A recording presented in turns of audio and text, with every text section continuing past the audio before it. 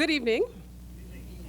Thank you. I'm Mabel Wilson, and I'm the director of the Institute for Research in African American Studies, or what we call IRAAS.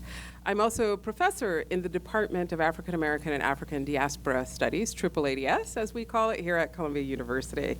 And so I want to begin by situating the university on the traditional land and unceded territory of the Lenni Lenape. And we pay respect to their diaspora and honor the past, present, and future rights and presence of the Lenape on their rightful homeland. So for the past 29 years, IRAAS, founded by the late Professor Manning Marable, has been a fierce advocate for social responsibility in Black studies.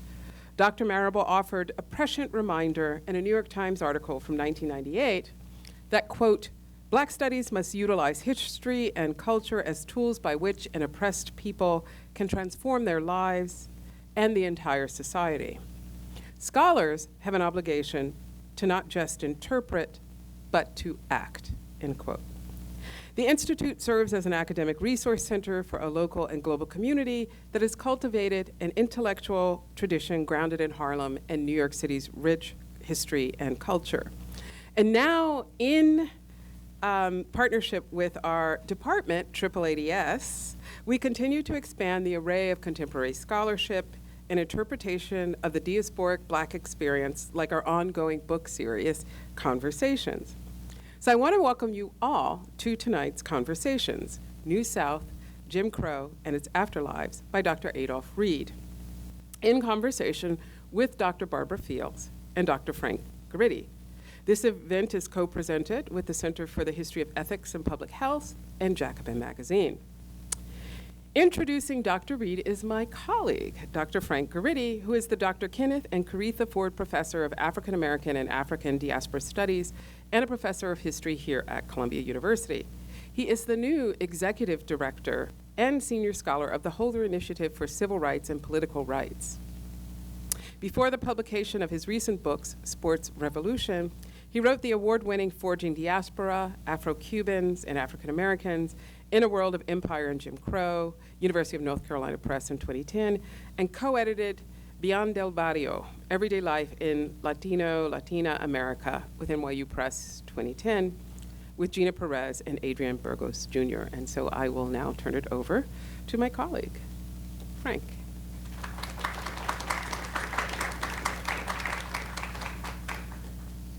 Good evening, everyone. I'm so delighted that we had a full house. This is a wonderful event that's attracting a lot of attention, so I'm super excited about that. I want to thank Mabel Wilson, our director of IRAAS, and of course Sharon Harris for putting this event together and for putting together all of our phenomenal programming that we do here at Black Studies at Columbia. It's an exciting time to be doing this work, even though we're in a moment of crisis and ongoing struggle, but there's no better place to be as far as I'm concerned to do this work. So I have the honor of moderating this important discussion of an important recent publication with two of the foremost scholars of racism and power and class who've been working on these issues in the U.S. history for a long time now. So I'm very happy to be part of this convening. In fact, when The South was published, I knew right away that I wanted us to have an event here, and I'm so happy we've been able to do it. So my job is to introduce our author and our fellow speaker tonight, and then we'll get started with the program. So I'm going to try to introduce Adolph Reed, Jr., Professor Emeritus of Political Science at the University of Pennsylvania. Among his many illustrious publications are The Jesse Jackson Phenomenon, The Crisis of Purpose in Afro-American Politics, W.B. Du Bois and American Political Thought, Fabianism and the Color Line, Stirrings in the Jug, Black American Politics in the Post-Segregation Era, and of course, The South, Jim Crow and its Afterlives, published last year by Verso, as well as countless articles and essays in various publications, too many to enumerate here. Students who've taken my Black intellectual history class here at Columbia over the years know that I've taught Adolph's essay, What Are the Drums Saying, Booker, many, many times, which I think is still prescient and relevant as it was when it was first published in the Village Voice in 1995, particularly in this era of anti-racism political leadership. I'll just say that.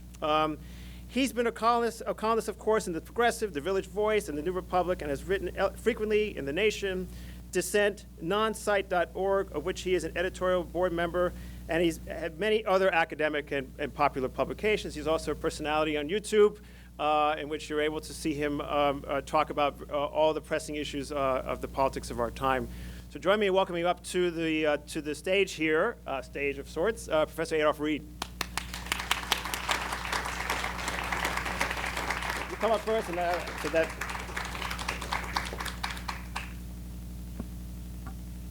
Of course, our fellow speaker tonight is Professor Barbara Fields, who's Professor of History here at Columbia University. She is an eminent historian of the South and of 19th century America. She's the author of Slavery and the Middle Ground, Maryland During the 19th Century, the co-author of The Destruction of Slavery, as well as Slaves No More, 3 essays on emancipation and the Civil War, and Free at Last, a documentary history of slavery, freedom, and the Civil War. As important, in my view, has been her writings on the history of racism in the United States, including her book, well-known book, Racecraft, The Soul of Inequality in American Life, which is written with Karen Fields, which has been foundational to our understanding of how racialized power and social inequality has operated here in the United States. Please join me in welcoming up to the stage Professor Barbara Fields.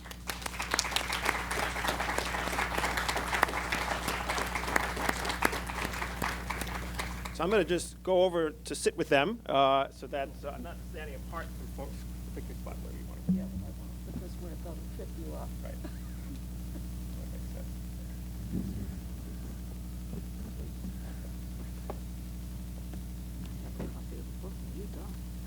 You're right. Can we be heard? Yes? Mic's working? Good. All right. So I'm honored to be, yes. Can we take pictures? Can they take pictures? Certainly. I'm fine. I'm big enough to say yes. Yeah. I'm really honored to be sitting here with these luminaries. I feel a little bit outside of my league, but I'm going to try to hang in as best as I can. So I'm just going to describe the book quickly, and then we're going to get into a conversation. Right? I think that's what we decided to do. So in the South, Adolph Reed recounts the granular realities of life in the last decades of the Jim Crow South. He illuminates the multifaceted structures of the segregationist order. Thanks to his personal history and political acumen, we see in the book how Jim Crow operated from the ground up. Not just its legal framework or systems of power, but the ways in which these systems structured day-to-day interactions, lives, and ambitions of ordinary working people. The book unravels the personal and political dimensions of the Jim Crow order, revealing the sources and objectives of this unstable regime, its contradictions and its weaknesses, and the social order that would replace it. Right? So it's a wonderful meditation on those last decades of the Jim Crow order, the 1950s moving into the 1980s, and of course speaking about contemporary issues, which I'm sure we'll discuss tonight. So I want to start, I guess I'll just start with just a basic question to Adolph first. Why this book and why the approach? Right? Memoir is not something I was familiar with in your earlier work, so this was a real decision for you to make. So maybe tell us about why you decided to approach the topic in that way. Sure, thank you. And first of all, I want to say that as a member of the board of Food and Water Watch, I'm really happy to see the cartons instead of bottles. Let this tribe increase. Well, yeah, I've told the story a lot, and I've told the story so much that it feels like everybody in the world knows it. But what happened was around the turn of the current century, a couple of friends of mine and I, who both have roots in the region, one a few years older, one a few years younger, began ruminating, right, in conversation that when our general cohort sort of leaves the stage of history, there won't be anyone left alive anymore with direct lived connection to that era. What I haven't said often, but I'll just say it in this intimate grouping, is that that notion was, or that observation was especially meaningful for us because we were all kind of distressed with the cartoonish ways in which the order was represented, both in popular culture and increasingly even in scholarship. So we had this conversation back and forth over a couple of years, and one day, shortly before I moved down to Philadelphia, actually, I just started writing with no particular objective in mind. And I wrote around the framework, basically, was taking vignettes from my own life or my own experience as a kind of springboard to examine more deeply structural characteristics of the order and try to historicize it. I've militantly resisted characterizing it as a memoir, though I understand why one would, right? And maybe that's the reason that I resist it so much. Somebody said in a review that it's like an anti-memoir in the sense that it takes, that instead of being the equivalent of a Bildungsroman, right, it like takes events from my life as a hook for talking about structural features of the regime. The story wouldn't be complete, however, without, because like I wrote myself into a 15,000-word no person's land. Too long for an article, too short for a book. Every now and then I look at it, try to figure out something to do with it. Couldn't. My good friend Rick MacArthur at Harper's said it was too long even for them, which was desperate news for me, because if Rick wouldn't take it, then I figured I was screwed. And then at the Southern Historical Association meeting, iconically, I suppose, in Little Rock, Professor Fields and I were talking about it, or were just kind of shooting the gip after the panel that we were on.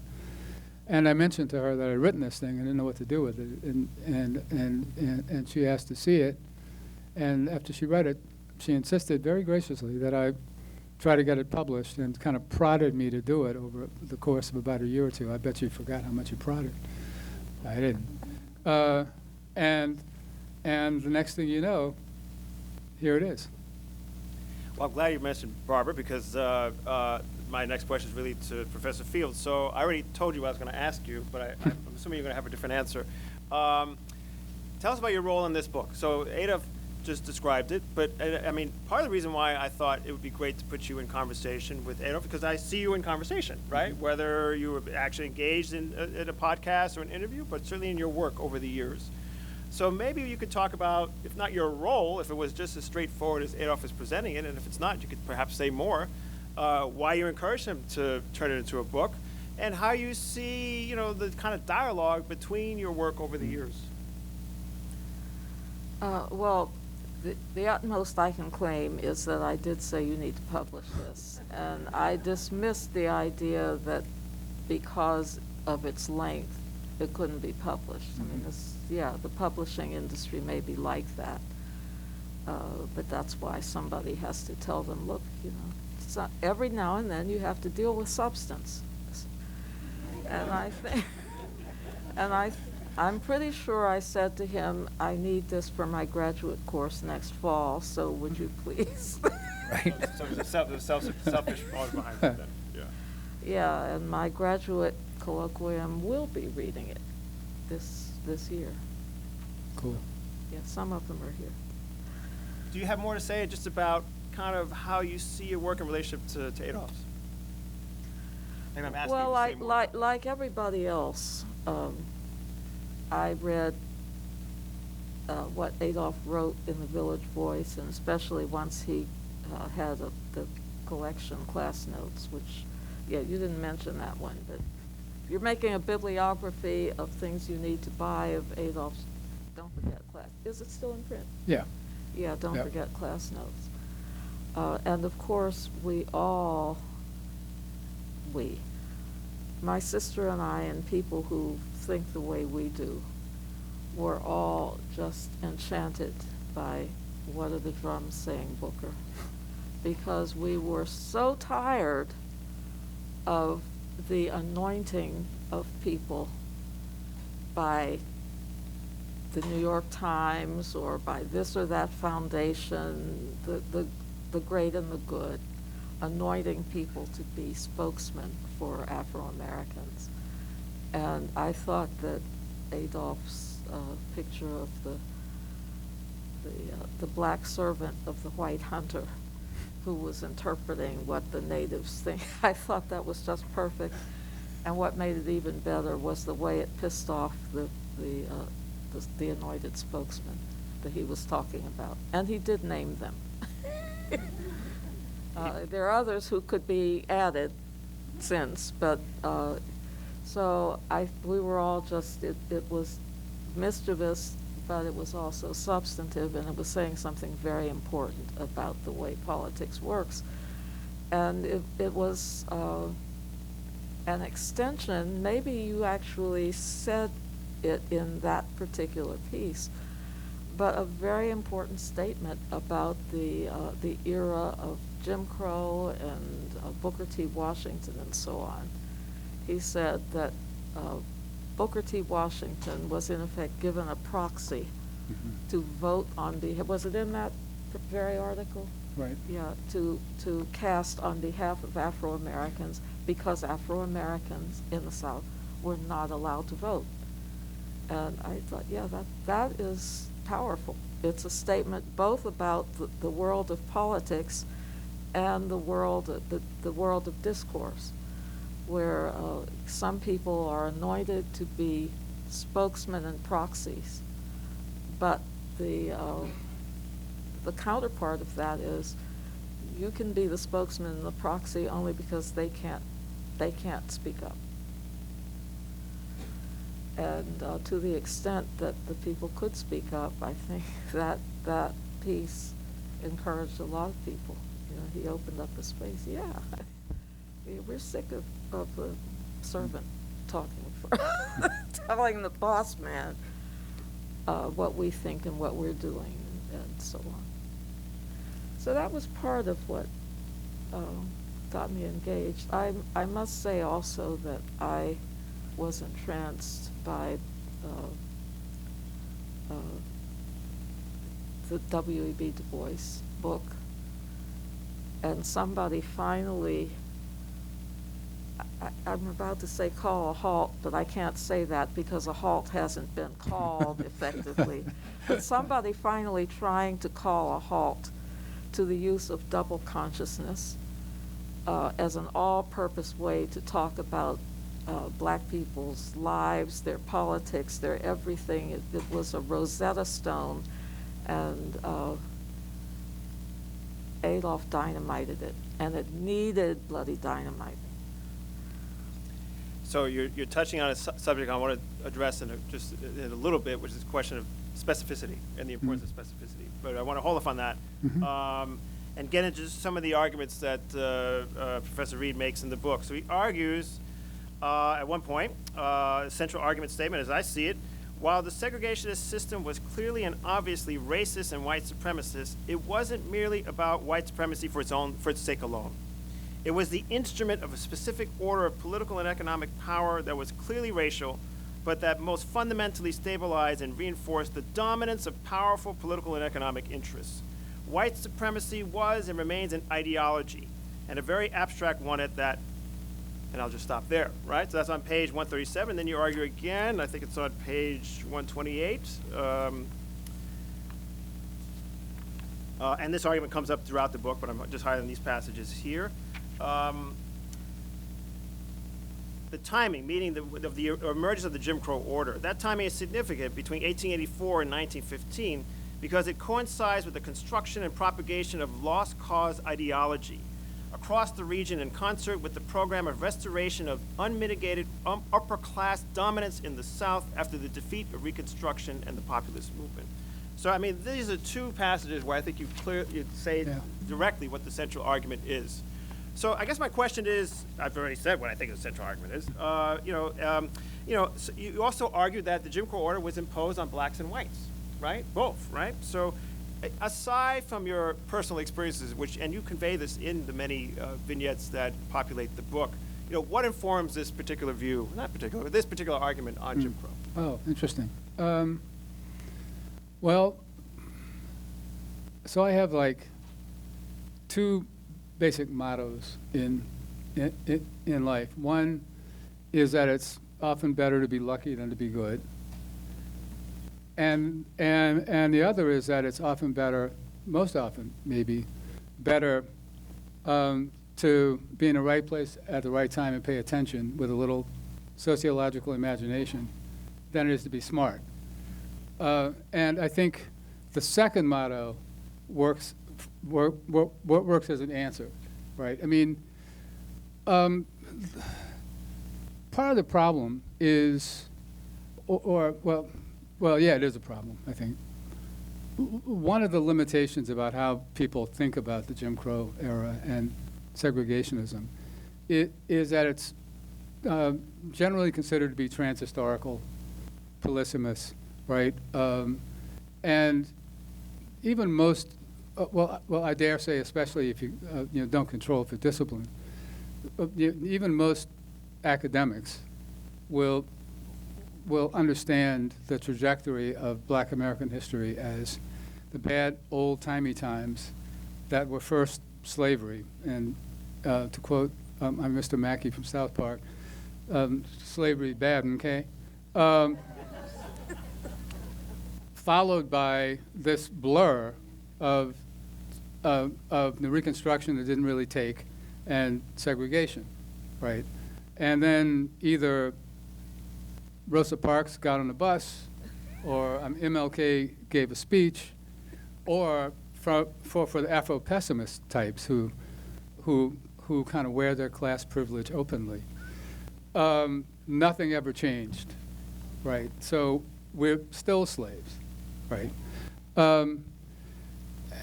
So one of the points of this book, and I think everything else that I do, is to stress the historicity and the historical specificity of like different moments in Black American history and politics, right? So I think I mentioned this to Barbara at the time, but that panel that we were on together at the Southern Historical Association meeting, my talk was basically on the defeat of populism and its impact on Black politics.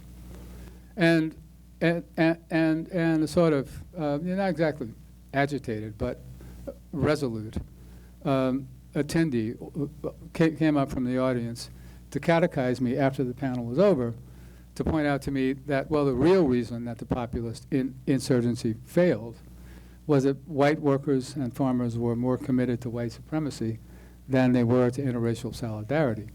And I said, yeah, there was some of that, to be sure, but but don't forget the violence and intimidation and the murder and the lynchings and the beatings and she said, oh yeah, but there was that too, but it's really their commitment to white supremacy. So I thought, okay, so like this is somebody whose approach to understanding history is totally disconnected from her approach to living in the world, right? Because the idea that you could throw off violence, murder, and intimidation as being inconsequential just fits a certain kind of moralistic narrative that ultimately doesn't do anybody like any good. It doesn't do us any good as scholars who are trying to make sense of the past and its relation to the present. And like, don't get me going on like E.H. Carr and Butterfield and that stuff. But it also doesn't do us any good as citizens or as people who want to try to make the world better, because it doesn't point to any strategic interventions that could happen. And so like this is going off point a little bit, but I'm old, I get to ramble a bit. But when my colleague in the audience here and I began working on racial disparities discourse a number of years ago, one of the things that we figured out pretty early was that disparity scholarship and political discourse have no connection whatsoever with trying to produce sophisticated causal or historically specific causal accounts of what produces inequalities, or, and this is maybe the more telling point, no interest whatsoever in strategic identification of potential remedies, right? The point is to demonstrate over and over and over again the fundamentally causal power of some abstraction called race.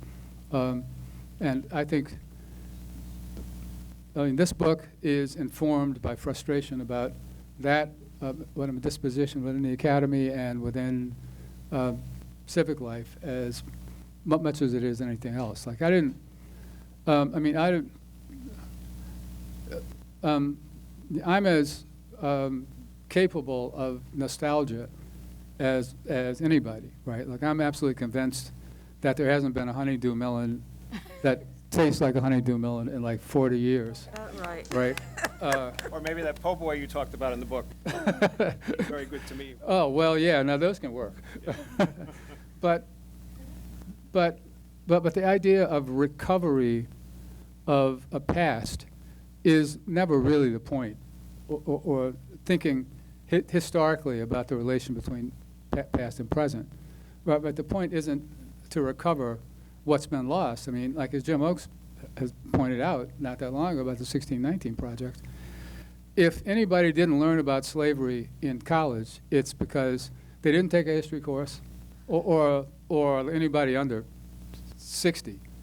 It's because they didn't take a history course, or they didn't do the reading, or go to class, right? But there's no, or unless you went to Bob Jones or something, right?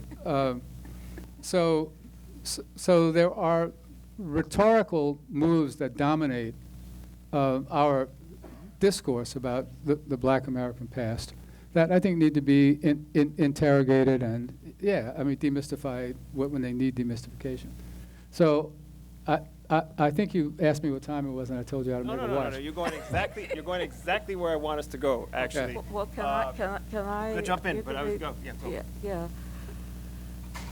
Just to say that, to me, one of the most important points that Adolph makes in this book, it comes toward the beginning, that people have focused on slavery as the key to understanding everything about Black people today. And 1619 is an illustration of that, but there are many other illustrations of it.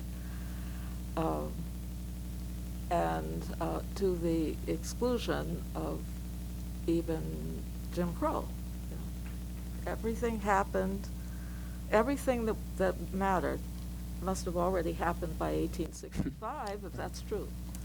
But you see what that does is it takes capitalism completely off the hook. And so for me, that was really an important, once I read, that's why I said, you have to publish this.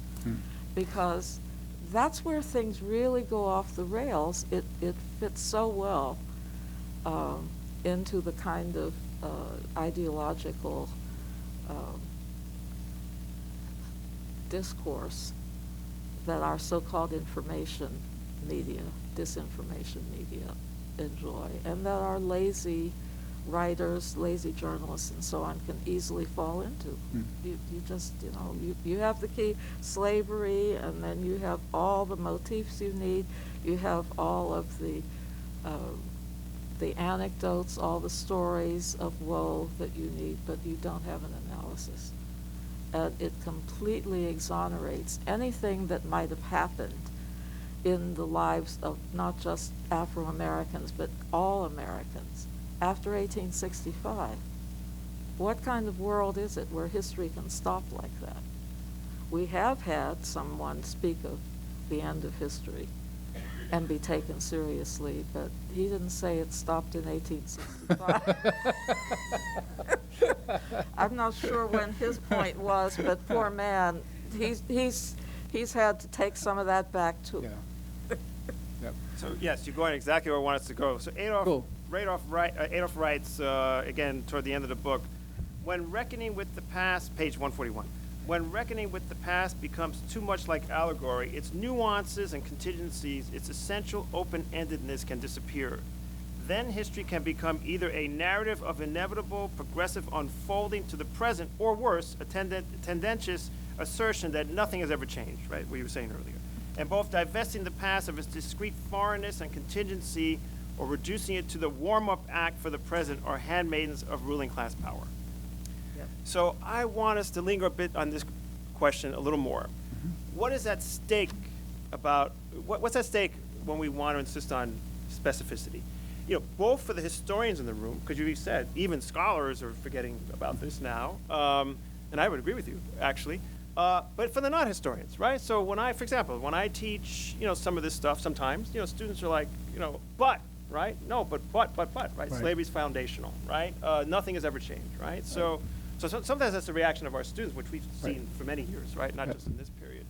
And maybe the question is not just what's at stake in telling a story of specificity, but what's at stake in not telling that story? What is at stake? Why do we keep insisting on this kind of type of continuity narrative that serves certain purposes? You're alluding to it here, but for the historians, but also for the non-historians, like why does this matter? Well, that's a big question, and That's why I'm here. yeah. Well, and it's most appreciated, and it's a very important question. The work that it does, right? Who benefits? Cui bono, as a wise man once said. Who benefits from a view of the relation between past and present as though there's only the present that can be projected back and forth across the sands of time as an unalterable reality? That's like a ruling class wet dream, that narrative, right?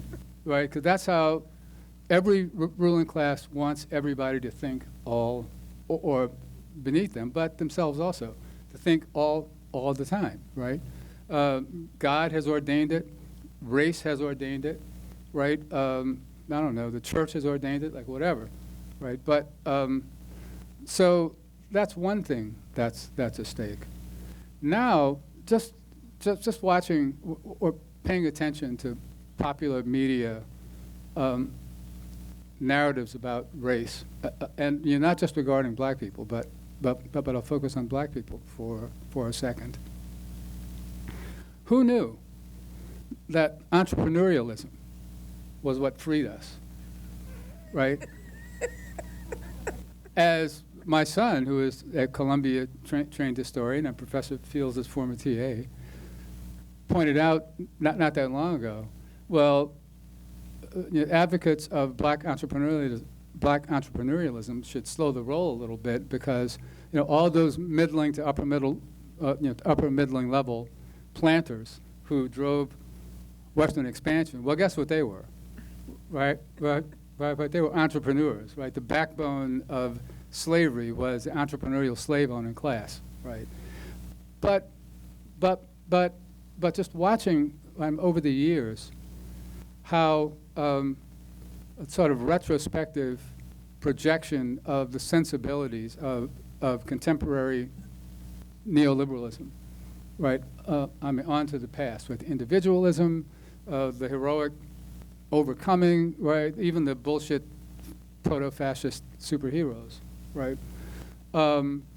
John Galt wearing drag, basically, right, the costumes. But how those read the present into the past and inform aspirational thinking, or with an eye to informing aspirational thinking, right? And no, like the popular culture industry isn't enough to do it on its own, but you stir in stuff like the prosperity gospel, and like I've often pointed out that when I took my qualifying exams, we had 4 8-hour written exams over eight days. And when I came out of the last one, I said to my best friend in the program, half joking, well, I'm not sure. Because, like in most programs, we had the option to take one over if we failed it, and if we failed more than one, to petition to take them. But what I told my friend is, look, this is so grueling that if I failed anything, I'm just going down to take the civil service exam and go to work in the post office. And I could have had a decent, what we understand to be middle-class life, considering that the middle class is defined in this country with such sociological precision, right, that a steel worker who's able to buy a cottage, or to rent a mortgage from a bank, and an investment banker are both in the middle class. But my point with this story is that that's not even thinkable for young people anymore, right? That aspiration, right? I'm going to work in the post office. And that feeds into magical thinking that's projected through the culture industry, and I'll include religion in the culture industry too, is projected through the culture industry as a faux resolution of the sense of desperation and of lack of possibility. When academics do it, I still don't quite get it, right? I mean, around the same time that my friends and I were having this conversation that led to this book, Kenneth Warren, who was one of them, and I did a Mellon dissertation seminar at the University of Chicago for 2 summers. Half the students were from the New School, half were from the U of C. And we noticed, in comparing notes around that same time, so this is like 03 and 04, we were already getting in both of our programs, right? I'm in political science, he's in lit, applications from would-be graduate students saying that they wanted to come to our programs to get a PhD to help them pursue a career as a public intellectual, right? So things were already happening, right? So anyway, well, I guess I'll stop there. Everybody gets the point, I suppose. What's at stake in insisting on historic specificity, historian? Well, if you'll Some excuse... of our grad students are here, so they probably want to hear Yeah, this. if you'll excuse my French, it cuts a lot of the bullshit. If somebody can get away with just saying white supremacy, it releases them from having to talk about something that my mentor, C. Van Woodward, pointed out many years ago in discussing the disfranchisement movement in Alabama. In the course of that discussion, he quoted one of the protagonists as saying, well, the issue is not white supremacy. The issue is which whites will be supreme. Right. And if you're allowed to say white supremacy and that's all, you don't have to say any more, then essentially you're endorsing whatever is the inertial outcome. If you have to actually look into the dynamics, that doesn't mean you have to do anything about it, but at least it cuts the bullshit. And I think that's a very important point with respect to how it cashes out today, right? I mean, so everybody understands that disfranchisement at the end of the 19th century was about, white supremacy, right? I love it when he does. So now we're facing in much of the country from many different angles attacks on the franchise, right? So the store of cultural ideas that's available for us to express our indignation or outrage or with these contemporary attempts to disfranchise voters leads us, and this is especially true to Closer You Are to Brooklyn, but leads us to identify the current efforts as being impelled by commitment to white supremacy, so it's, just like Jim Crow, right? But it's not, right? And in the same way, and things are much more complicated than that, right? So, where do these black Republicans come from? Oh, I know, it's self-hatred. I forgot. And I've argued this, you talk about stuff that makes students' faces get scrunched up, that the problem for the planter merchant capitalist class at the end of the 19th century wasn't just that blacks were voting. And there's enough evidence of this, too. Like when blacks in black belt counties voted Democrat, they'd help them vote, right? The problem with them was the way that blacks voted, right? And the same thing today, right? The Republicans would be happy to have all black people. Well, not all Republicans, right? There's some percentage of the Republican Party and base who it debases their vote that a black person can have it too. But for many of them, the political operatives who count, if blacks were to vote Republican, then the full court press for disfranchisement would probably go away, right? So it's not, and I mean, Barbara said it best, and I always botch, this quote too, but the way that people want to talk about racism as the source of slavery, right, and of sharecropping, is such that you think that the point of slavery was to grow white supremacy and not cotton and rice and stuff. But what's the work that this does? Well, the work that this mystification does is the work that all culturalist mystifications do in class societies.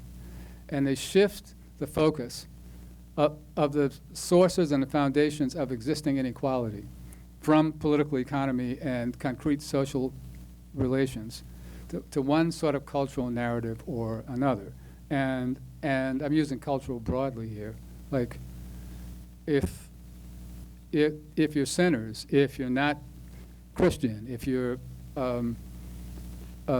women, right? If you're part of, all right, I'll do this, pardon me, but I've taxonomized this set of ideologies as ideologies of ascriptive hierarchy, of ascriptive differentiation hierarchy.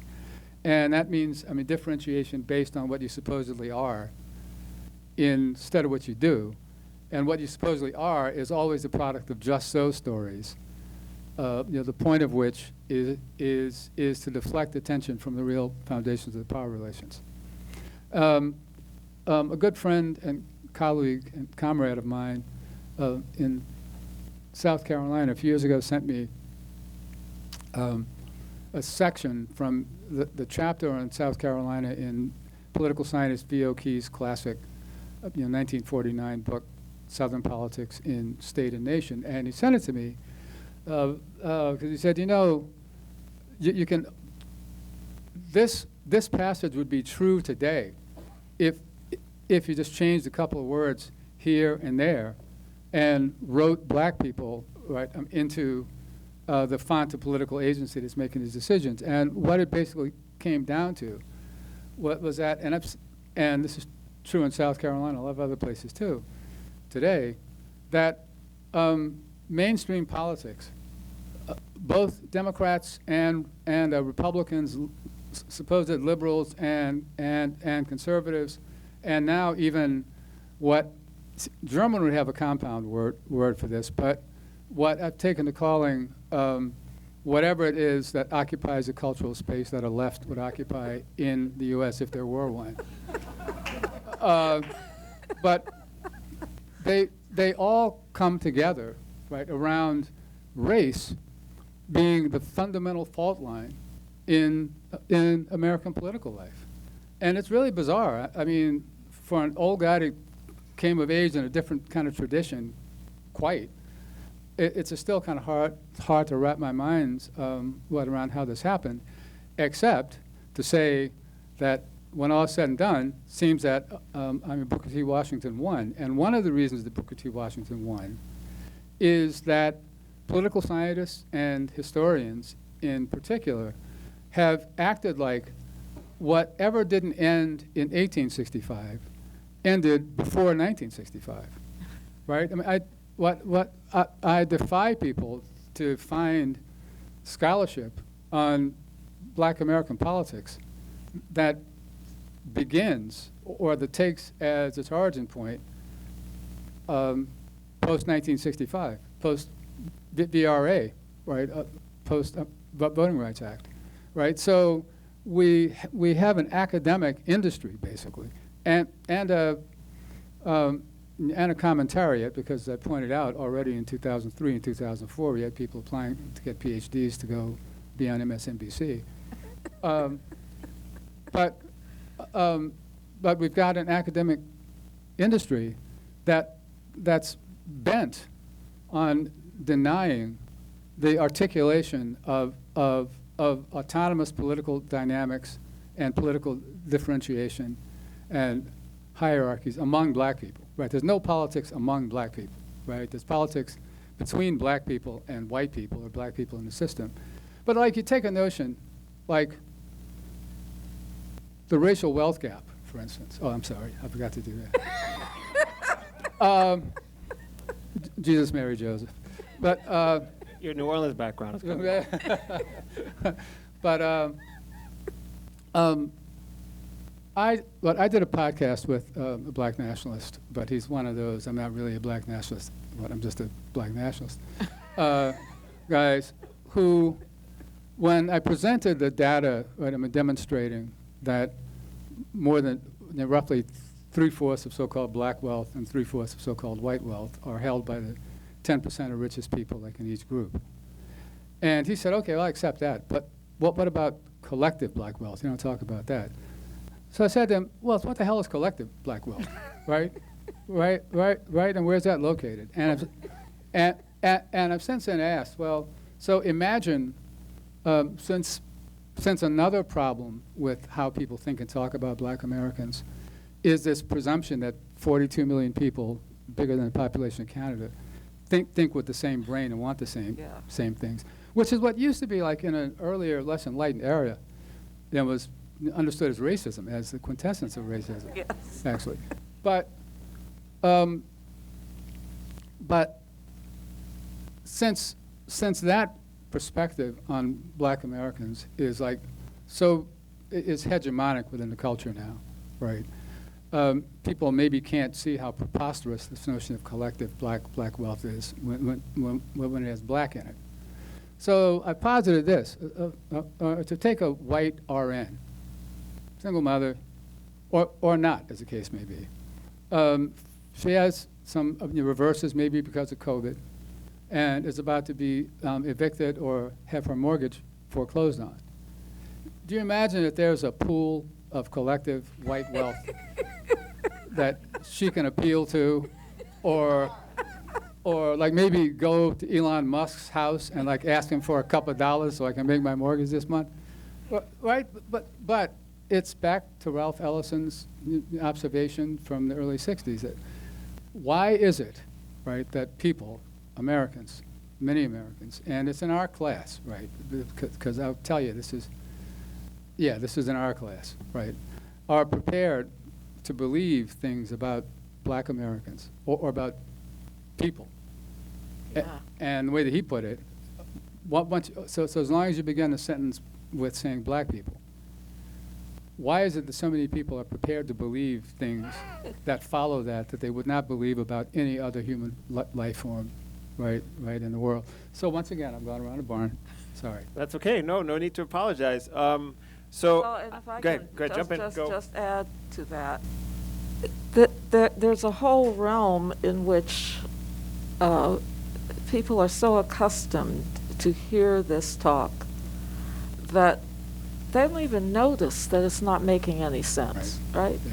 One of my former students, Michael West, spent some time in his dissertation discussing the Horatio Alger stories, which aren't actually, if you read them, exactly what has come into the culture as the Horatio Alger stories.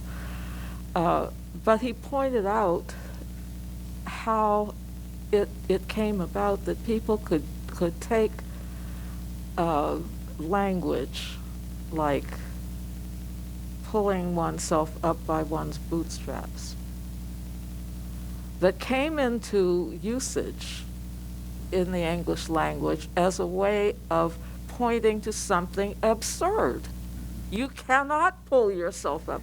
That was the whole point of pulling yourself up by your bootstrap, to show that something was ridiculous, and it comes into usage as a way of talking about class inequality, and people begin to hear it not as something absurd, but as something that's real. And Adolph has pointed out in several talks that I guess I've seen videos of, another one of those absurdities in which a very distinguished professor at the law school at Harvard sat on a panel saying that nothing's changed. I mean, people hear that, and they've heard it again and again, and it sounds like a sensible statement. And Adolph said, yeah, but how would you have expected to see him in the law school at Harvard University 30 years ago or whatever it was, without a broom in his hand? Right. And that made it real, because then you're discussing an ideological statement that is false on its face. And recognizing that it's false on its face means then you have to figure out, what does it actually mean? Right. What is he really? So what reality is this really illuminating? Right. And because the person who said it wasn't a fool, So clearly, as is always the case in both for your works and your career, the point of demystification is central, right? Or at least as an objective, right? For the reasons you've laid out here. I want to kind of pull you back into the world of the book just for a little bit as a way to kind of get at why some of these ideologies persist, right? Or why people get seduced by them or believe in them, right? So you've got this discussion throughout the book, Adolph, of scar tissue, right? Of these kind of remnants of the old order that seem to be persisting to the present. And so the way you do this in the book, it's why you should buy the book, and there are plenty of copies in the back, as are copies of Racecraft. They're here. Is you're kind of going through these kind of racial scenarios, driving while black. There are all these powerful moments in the book about being pulled over, right? Or just driving with your family as a child and then as an adult, and then even with your son in the 1990s, of driving to the South and having encounters with law enforcement. Or as a child in New Orleans, being caught trying to steal something and having an encounter with the shopkeepers in New Orleans, right? So you've got this moment here on 112, talking about when you were driving through the South as you passed the Cummins State Prison. And you say here, that day, this is now in 1993, that day in 1993, through the vaporous heat rising from the dusty soil, we could see off in the distance phalanxes of prisoners in their white uniforms lining up and working, overseen by mounted guards with shotguns, exactly as they would have appeared almost 4 decades earlier, right? So I wonder if, what I see happening in the work, so I know that the spirit of irritation informs the work, but I think in these vignettes, right, for those who didn't live through the Jim Crow era, right, and maybe those who might encounter that and say, aha, that's the new Jim Crow, right? And so I wonder if you could talk about, how scar tissue works and how triggering it is, even if somebody like you, who was raised in the South and finds some of these scenarios, reprehensible.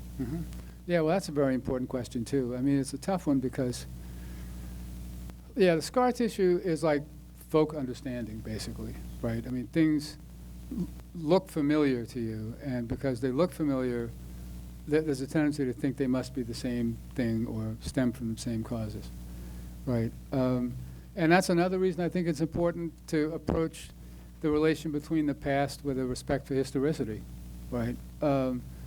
Because that can help you see through the superficial similarity, right, to the core, that there are different structural relations going on, right? In the closest city to Cummins is Pine Bluff, right, which is about 15, 20 miles away. At the same time that we saw that scene, the public social welfare economy in Pine Bluff and in Jefferson County, I think is what it is heavily integrated. Blacks function as service providers and as supervisors in ways that would not have been thinkable 40, 50 years earlier. And I couldn't see from that distance, but I doubt that everybody on the work gang was black. I could see, because of the big horses, that many, if not most, of the guys with shotguns were black. So, but it's one of the reasons, and okay, color me naive about this or idealistic, but I thought that one of the reasons that people like us go into the racket, right, and especially like in the social sciences and history, is partly out of a concern to demystify the world, right?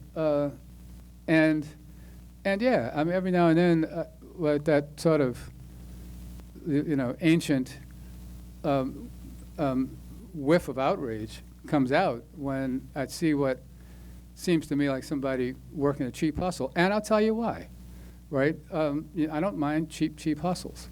But, well, I mean, so, here's an anecdote, okay? When I was at Northwestern, there was a guy who gave a paper on Du Bois and his double consciousness. He was a grad student from the U of C. And this was at that moment when one strove, especially as a graduate student, to write papers in which no sentence could stand unmodified. So it was excruciating to read this thing, right? It took me like a day and a half to read a 7-page paper. So he gives the talk, and he invokes double consciousness to say that what this brings to his mind is a city in Zimbabwe, which is the second largest city in the country, which is a suburb of Harare. And he spins this tale. So he was a graduate student, so I'm not going to, be a jerk to him. But I asked him, well, to consider like a different kind of historicist reading of the double consciousness thing in Du Bois, which I want to say for the record, for the cameras, vanished from his writing after 1904. But a colleague who was not an American, but came to this graduate student's defense. And it's not like I was attacking him in any way. But she says to me, well, perhaps because I wasn't trained in the U.S. and was trained on the continent, like I don't have these naive positivist assumptions about, that Americans do. And I said, well, first of all, I don't need a lecture in the sociology of knowledge from you. But thanks for offering it. But we have to admit that, yes, while we can never recover the past exactly as it was, which was never the point anyway, unless you believe that the number 5 sort of gives itself up, naturally to us in the world. But we have to acknowledge that some interpretations are more or less plausible, more or less credible than others, and then said, okay, this is maybe, young Adolph going too far. But I did say, well, because otherwise, like, we don't have a basis to justify these relatively soft jobs that we have. And I would suggest then that we alternate with the custodial staff who were organizing at that point. And we do their jobs for a month, and they do our jobs for a month, and we take their salaries for a month, and they take ours for a month, because it doesn't make any difference, and they could do just as well as we're doing. We probably can't do as well as they're doing, but we'll learn over time. And oh, man, did she get pissed off? You know who it is. Right. And I'm not exaggerating. Yep.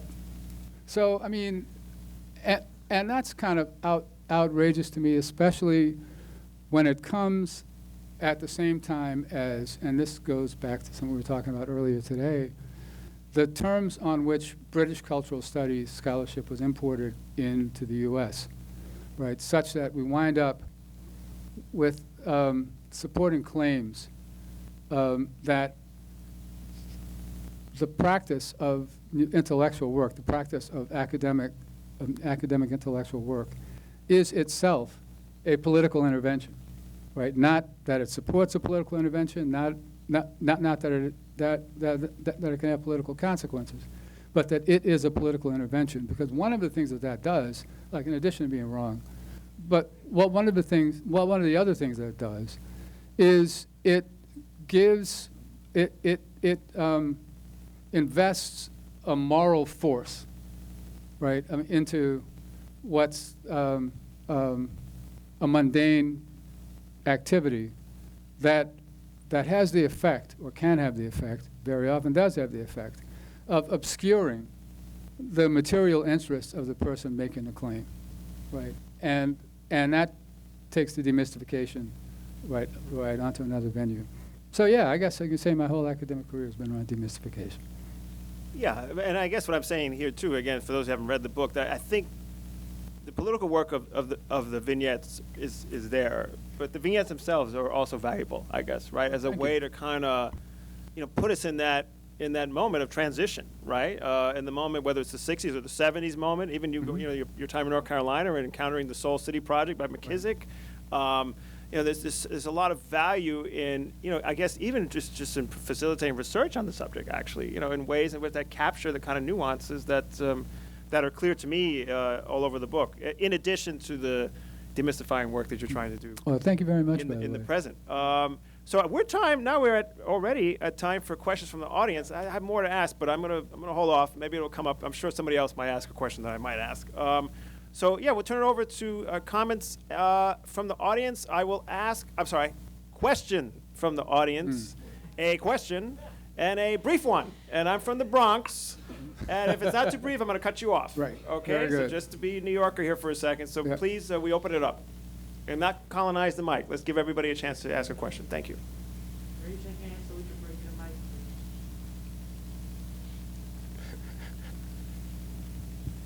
please. Hey, Adolph, I'm wondering if you've had or thought about, in your terms, what's going on in Jackson.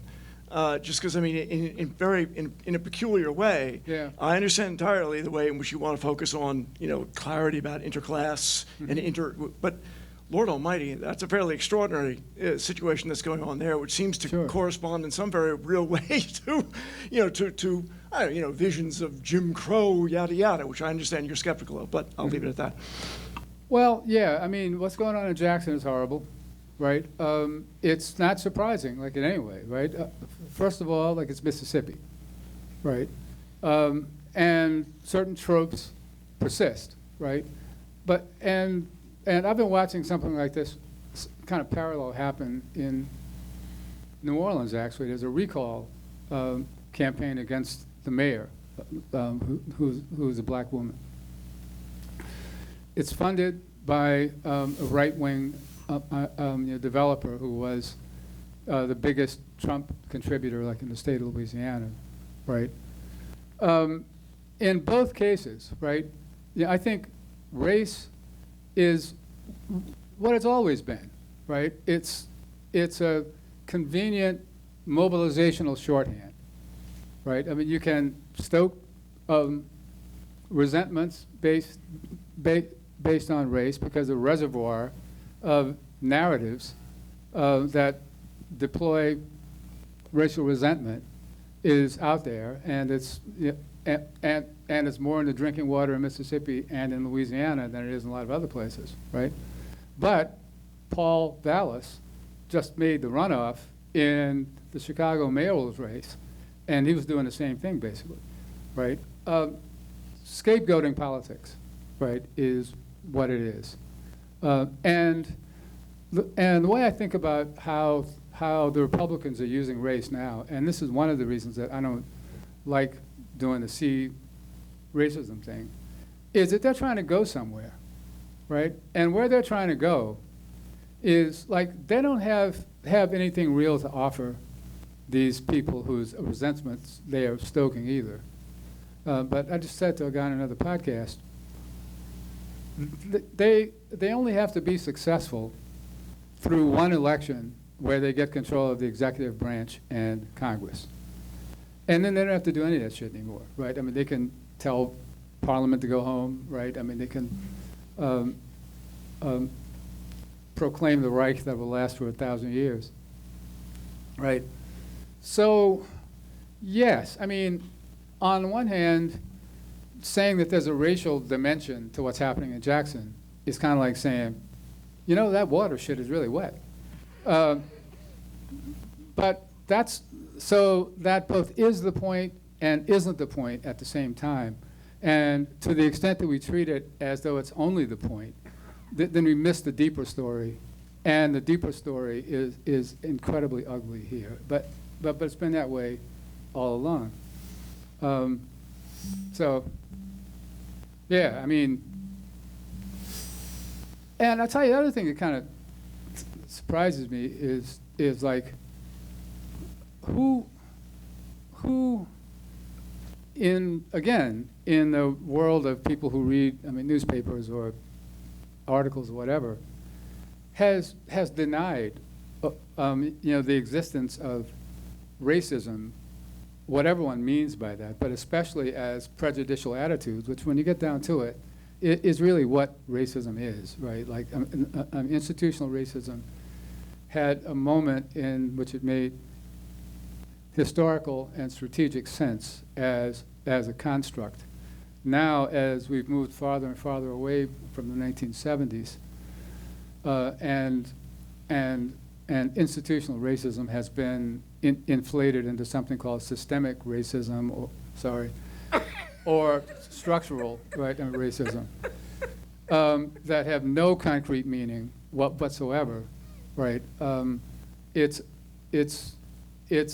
not clear what any one of those notions helps us understand. It certainly does not explain anything. I want to stress that till the cows come home. It's an alternative to an explanation.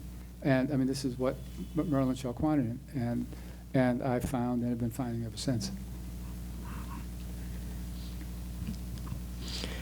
Hello, Harlem native, Spelman grad, and my question is in regards to making sense of a city like Atlanta, the Black Atlanta that has prided themselves on entrepreneurship and really ingraining Black people into politics and positions of power.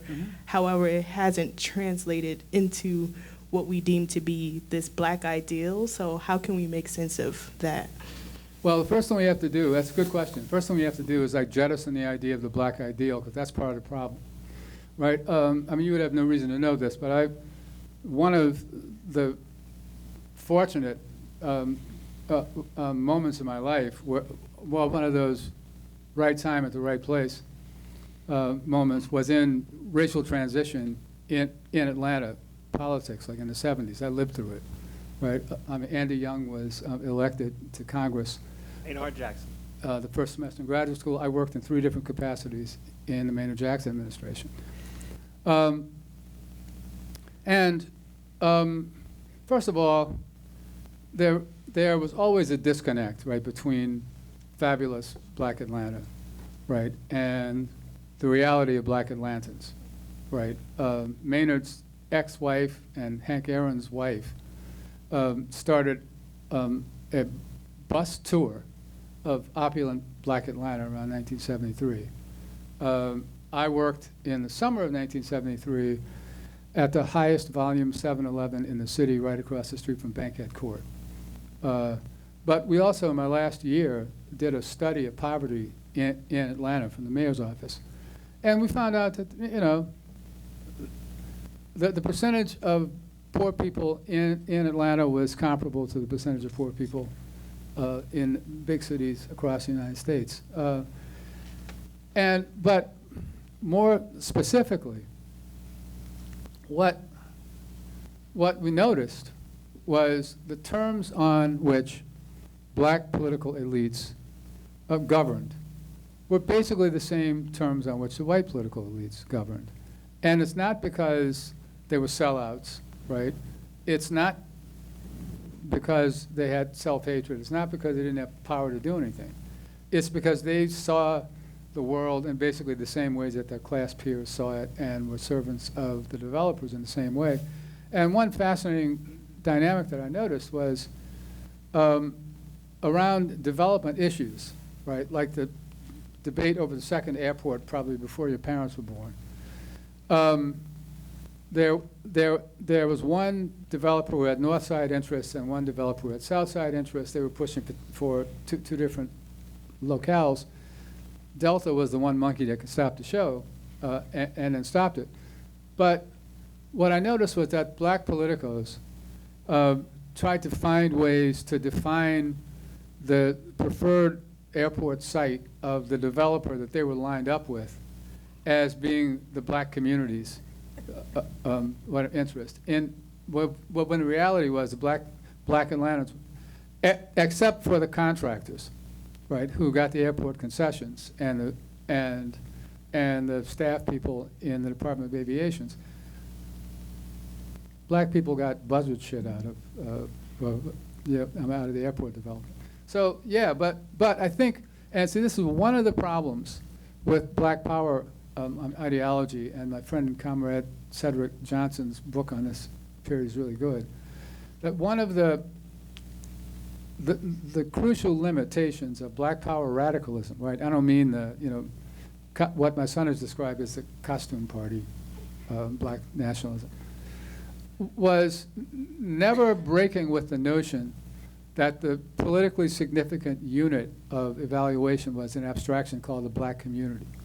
Because there was no black community. And the problem with an abstraction like that is that anybody who has access to the public microphone and some backing can claim the symbols and claim to be the voice of authentic representation. Well, there's no such thing as authentic representation.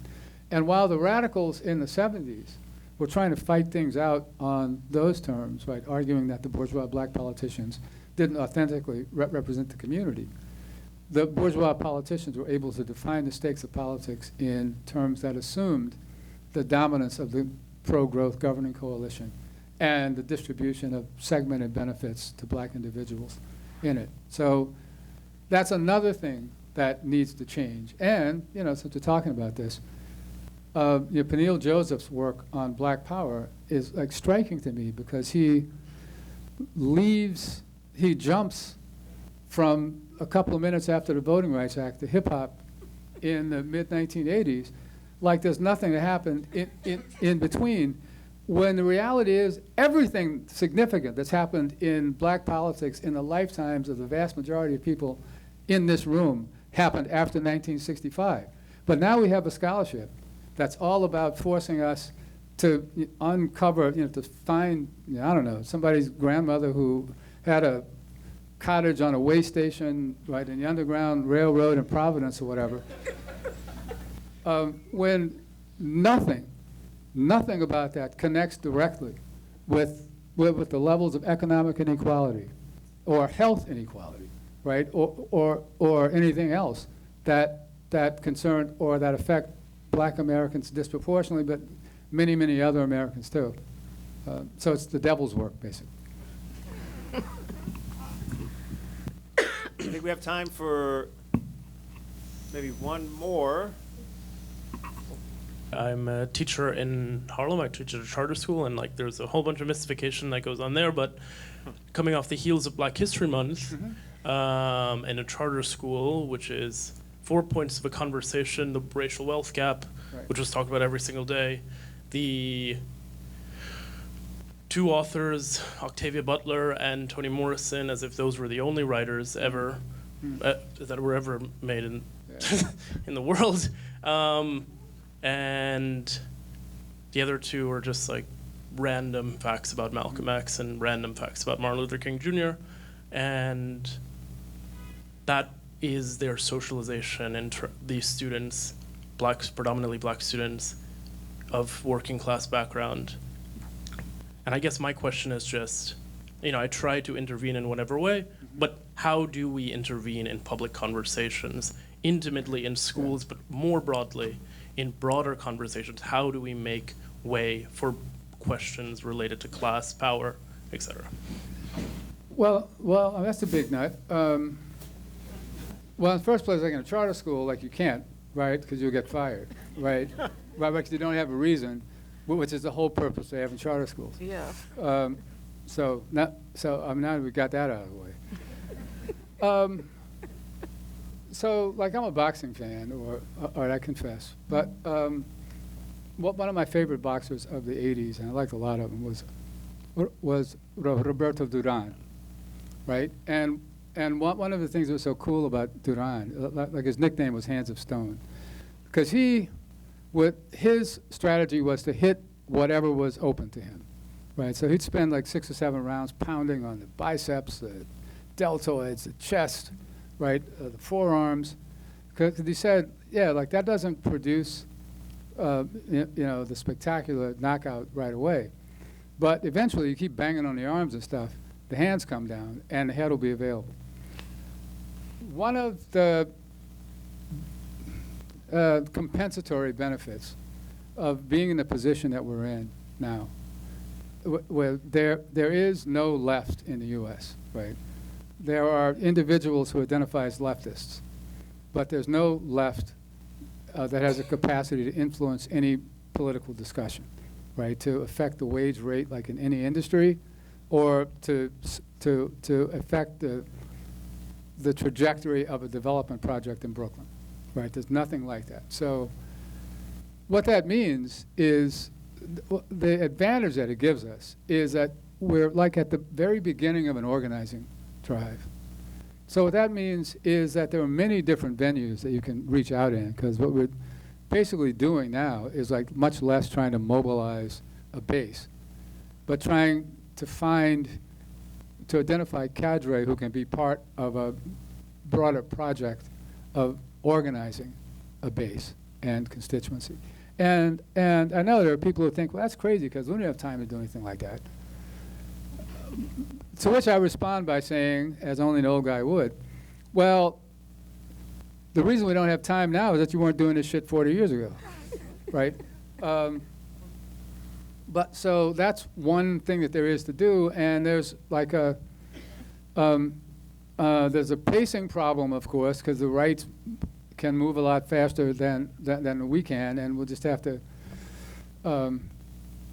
not look too far down the road and pay attention to what's happening, because we can't do anything to challenge any of this stuff, right? Even to preserve Social Security, as we were talking about earlier, without building a political base from underneath. Nobody who writes in the New York Times, or probably even reads the New York Times, is going to be helpful to us in doing what we need to do, right? So what that means is, anybody you can talk to, connect with, right? Be as a creative and as strategic and focused as possible. But what we need ultimately is people, militants, right? Like in the old school sense, who get up first thing in the morning thinking about what can I do today to advance the movement like a centimeter, right? And we need thousands of people like that. So whatever we can do to identify them, find them, it's like, and just as in an organizing campaign like in a workplace, the first people who run up to you and say, I want to be part of this, are the last people you should deal with.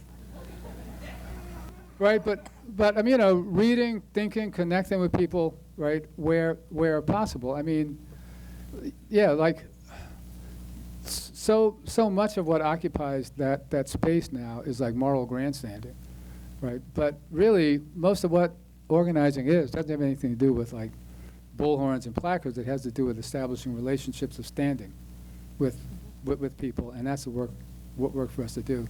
So do it, brother, to whatever extent you feel comfortable doing. I'm not I'm not throwing down a gauntlet at you saying this is what you could do. I'm saying this is what we need to have happen.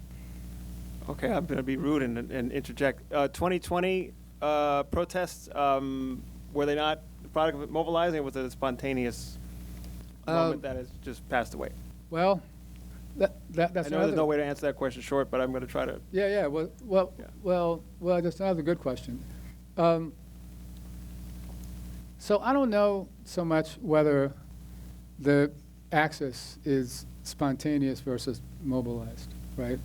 Could be. I mean, that's one maybe. But there's like the question of staying power, right? And I mean, this is like you think of protests against police atrocities, going back to Eleanor Bumpers, right? I mean, it's not long ago, right, for people who are older. That there's a cycle, right? People get outraged and they express their outrage and protest. But unless, and then, leftists will announce that, like, this is the beginning, this is the spark, this is the next civil rights movement, right? This is the next Flint sit-down strike or whatever. And I think another thing we need to do is, like, stop acting like and advertising agencies, in the sense that we tend to proclaim the victory, right, at the Mission outset. accomplished. Right, that's right, that's right. And I mean, that's something else. So, I mean, when I look back to the 2020 protests, right, what I see, yeah, people were outraged, and they were out in the street. The first thing I see is Van Jones falling on his knees crying when he got that $100 million check from Bezos, like he was Hattie McDaniel, like in Gone with the Wind. And then that $2 billion of corporate money that came into anti-racist activism and what that was about. And it takes me back. I mean, like I remember in 2008, and this was like another one of those being in the right place at the right time things about pointing out about Barack Obama that, well, like, you know, this guy has more Wall Street money than anybody else running. And it's like all of his supporters were, you know, like this, nah, right? And even what about the nominal Marxists, because they wanted to feel good about something. But, like, to me, I don't know. I mean, but the older I get, it's more like going back to roots. But to me, the line between people who are in politics to find something to feel good about themselves or whatever, and people who are into politics to try to change the world in ways that they may are likely to recognize that they won't see ultimately, is like the line between dilettantism on one side and political seriousness on the other. Wow.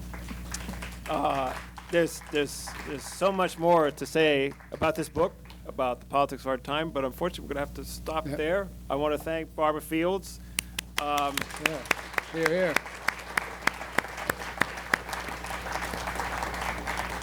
And Adolph Reed for sitting here and taking my questions and engaging with your questions. And that concludes this portion of the conversation. Well, I want to thank you, by the way, Frank. Sure, thank you. Sure.